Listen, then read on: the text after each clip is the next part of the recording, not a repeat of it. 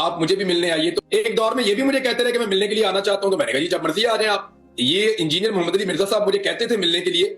मुझे हैरत होती थी कि अपनी वीडियोस में तो कुछ और दिखते हैं, लेकिन ये एक वजीर आजम को मिलने के लिए इतने मरे जा रहे हैं या इतने दुबले होते जा रहे हैं, मुझे समझ नहीं आ रही थी।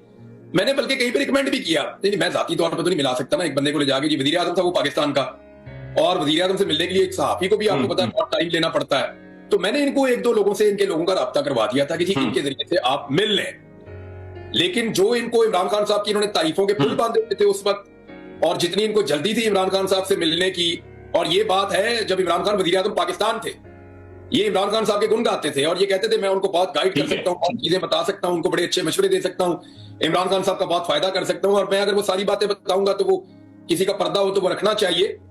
उस वक्त तो ये मरे जा रहे थे इमरान खान से मिलने के लिए, तो इमरान खान साहब फिर इनको नहीं मिले। और इमरान खान साहब के जो लोग हैं वो क्लेम करते हैं कि इनके कोई जाती मफादात थे, कोई जाती फायदे थे जिनके लिए कोई काम ये लेना चाह रहे थे, वो उन्होंने कहा। मैं उसके बारे में नहीं जानता, और मैं वो सुन रहा था, मैं हैरान हो रहा था कि ये अपनी बातचीत में बिल्कुल भी मोहतात नहीं है। यानी एक आलिम दीन है, समझदार आदमी है, अपने आप को इंजीनियर कहते हैं, और एक जहां दीदा आदमी है, वो कैसे इतना लापरवाह हो सकता है कि इस तरह की ऑडियोज लोगों को भेज दे, या इस तरह से लोगों से एक लाओबाली नौजवान की तरह वो बातचीत करे। तो इतना तजर्बा और इतनी समझ बूझ वो कहां गई, मुझे समझ नहीं आ रही थी। मैं तो वो सुन के तो सर पकड़ के बैठा हुआ हूं कि अगर किसी ने उनको पब्लिक कर दिया तो ये मौलवी साहब का क्या बनेगा। ये तो लोगों को सफाइयां देते फिरेंगे, और सफाइयां तो इन्होंने अभी मुझे देनी है। मैं आपको ये बताता हूं कि मैं अगस्त 2023 में मैं लापता था, लेकिन मैंने इनके खिलाफ कभी कोई बात नहीं की। तो मैंने इसलिए नहीं की कि मैं बतौर आलिम दीन इनकी इज्जत करता था। इन्होंने मेरा नाम ले लेके मेरे पे बहुत तनकीद की है। आज मैंने अपनी टीम को कहा, मैंने कहा निकालो इन्होंने मेरे बारे में क्या क्या किया, तो मुझे कुछ 40 क्लिप भेज दिए जो इन्होंने मेरे बारे में तनकीद की हुई है माजी में। हर दफा इस आदमी ने मेरे ऊपर अटैक किया। अब मैं आपको 2-3 इल्जाम बता देता हूं ना, ये उनका जवाब दे दें।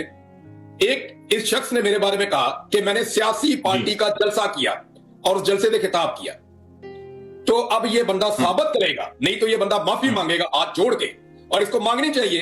बंद कमरे में बैठ के पुड़क पुड़क के उछल उछल के पाप फड़ दिया, मैच कर लिया, आधी पंजाबी आधी उर्दू बोल के ये लोगों को बेवकूफ बना सकता है थोड़ी देर के लिए। ये ऐसे थोड़ी होता है, मजाक थोड़ी है कि जब जो कह दिया तो वो हदीस हो गई, या वो जो आपकी बात है वो सच्ची हो गई। इस बंदे ने पहला क्लेम ये किया कि मैंने सियासी जलसे में तकरीर की है।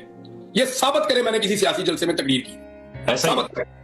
आपको मैं यहां पे 1 दर्जन सहाफियों के नाम गिना सकता हूं, और उन सहाफियों के नाम गिना सकता हूं जिनका जिक्र ये अपने हर वीलॉग में उनका चमचा बन के करता है। उन सहाफियों ने जलसों के अंदर सियासी जमातों की तकरीरें की हैं, ये जानता है उनके नाम।